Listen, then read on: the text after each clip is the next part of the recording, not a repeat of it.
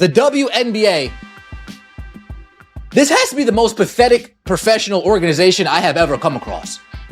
This has to be the most unprofessional organization I have ever come across. This league would definitely not succeed without Adam Silver saying, here's more money, here's more money, here's more money, here's more money. Without David Stern saying, here's more money, here's more money, here's more money, here's more money.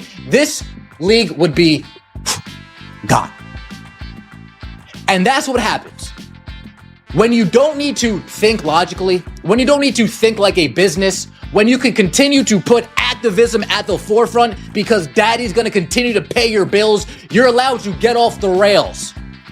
You're allowed to say whatever outlandish stuff you want to. The WNBA just hit Caitlin Clark and the Indiana Fever with a punishment so wild.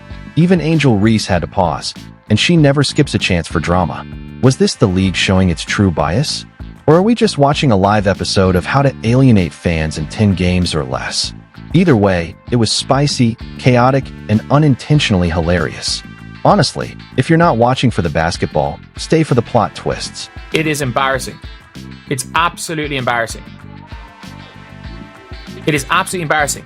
And the fact is that originally it's, oh yeah, we're looking towards everything. Then they had to double down. They actually redacted this statement. They redacted a statement. They redacted the statement saying we're looking at everything, saying, no, we're actually not looking at most of the stuff. We're looking at a lie spread on social media that went viral. We are looking into a literal lie spread on social media that got spoken into fact. We're looking at Let's talk about this beautiful mess called the WNBA, a league where passion gets side-eyed. Competitiveness feels like a crime, and real rivalries are flagged as emotional misconduct. Imagine your favorite sport, then blend it with corporate PR scripts, HR training slides, and top it off with a Pinterest quote about kindness. That's the vibe. In one corner, you've got Caitlin Clark, elite basketball IQ, smooth execution, and a walking highlight reel. In the other, Angel Reese, who treats every game like a WWE entrance. Stare downs, trash talk, and enough drama to fill a Broadway stage. If you stand with Caitlin Clark, drop a "I stand with CC" in the comments. Okay, so I didn't hear anything outside of the run-of-the-mill booing. But the WNBA seems content to follow through with this ridiculous investigation. Who is the WNBA going to let control their pocket strings, their pocketbooks? Because it seems to me like the new fans are the ones that's funding this whole league now. So here's the scene. Caitlin Clark does what she does best. Makes a smart, clean, strategic play. Yeah, it's aggressive, but nothing you wouldn't see in any competitive league on earth. But this is the WNBA, where intensity is apparently a crime. Suddenly, her play isn't just part of the game, it's headline news. Not because it was dirty, but because someone caught feeling. We make up about 70% of the fans overall. Otherwise, yesterday's game would have been watched by about 400,000 people, maybe. It probably got watched by what? Upwards of 2 million? I mean, does the WNBA want to lose Caitlin Clark fans? Fans yell and fans scream and fans try to do anything they can to diminish their opponent's ability to make a bucket. And I think that it's very hard to really understand or really interpret this sound that way. At least for me it is. And I'm really, really, really hoping that the WNBA did not just announce an official investigation based on internet hearsay and... Angel, of course, reacts like someone just keyed her car in the parking lot. And Clark, she just walks off. Ice cold, calm, completely unbothered. Total boss move. But guess who made the headlines? Not Angel for escalating, nope. The league decided to come down on, wait for it, Indiana Fever fans. Why I'm so angry about this? I'm so angry about this is because how many kids are there in that audience? How many kids are there? And I'm sorry. I'm cool with idiots online branding me as whatever it is they want to.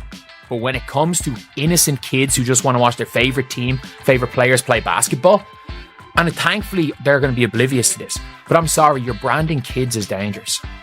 You are branding kids who are just enjoying their game, who are having the time of their lives watching this league as dangerous. This league does not want to grow.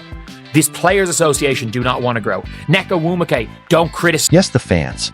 Those wild criminals who had the audacity to boo after their star player was targeted. How dare they show emotion at a sporting event? According to WNBA logic, loyalty now equals misconduct. They're turning every cheer into a liability and every passionate moment into a PR crisis. It's like the league wants every game to feel like a wellness retreat. No yelling, no rivalries. Just polite clapping and guided mindfulness exercises. These people are writing emails because they're so emotionally unhinged. They're so emotionally unhinged. They've never been checked a day in their life. Their parents allow them to act like fools with no repercussion, with no consequence. Always being acquiesced to every little complaint, to every little need, to every little this, to every little that. They're writing emails to get the Indiana Fever. This could have been the WNBA's moment. Caitlyn versus Angel is the storyline they were handed on a silver platter, box office gold. People are finally talking about the league, and not because they stumbled across it while channel surfing for HGTV, but instead of leaning into the tension. Like every successful league in history, the WNBA threw a doily over it and politely asked everyone to keep their voices down. Meanwhile, Caitlin Clark has unintentionally become the league's Rorschach test. Depending on who you ask, she's either the savior of women's basketball or a mythical villain who's ruining the game by being too good. If you see greatness, congrats. You've got eyes. If you see a threat, maybe you're just not ready for what real talent looks like. And if you dare to defend her, enjoy your stay in WNBA exile, where logic is banned and nuance goes to die. Hours ago, we had a situation that shook the earth. That is Caitlin Clark putting a flagrant foul on Angel Reese, and that foul arguably was probably one of the most transcendent moments in Caitlin Clark's career. To me, that moment there showed the world that Caitlin Clark wasn't backing down for nothing, and she wasn't scared to get in the mix when it comes to protecting her teammates and stopping somebody from making a basket. Well, many other Angel Reese fans had rage war against Caitlin Clark fan base by saying racial slurs online. And me personally, I'm staying out of the racial stuff as of right now. But for them to sit up there and lie and say that Angel Reese again called racist names during the game, I had somebody from my team sitting right behind Chicago Sky Bench. Wasn't nobody saying nothing about Angel. Let's not forget how this all started. There was a game, an actual basketball game. Clark made a solid play. Reese reacted like she'd been personally insulted. And Clark? She walked off with more class than the WNBA's entire PR department could dream of. And the response? Punish the fans. Because when in doubt, blame the people who still care. Honestly, you almost have to admire the WNBA's consistency. They'll do Olympic-level mental gymnastics to avoid calling out Angel Reese or addressing Kathy Engelbert's selective silence. Angel's antics. Just emotions. Her over-the-top post-game behavior? She's passionate. But if a few fans yell boo a little too loudly, cue the citations. Clutch the pearls.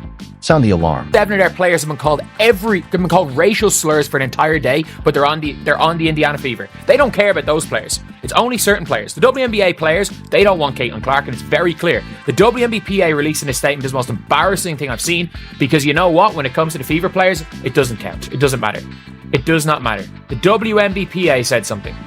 And you know what? Their stance is clear. There's no place for hate unless it's towards Caitlin Clark or her teammates. Then it's fair game. They have made that point abundantly clear, and it's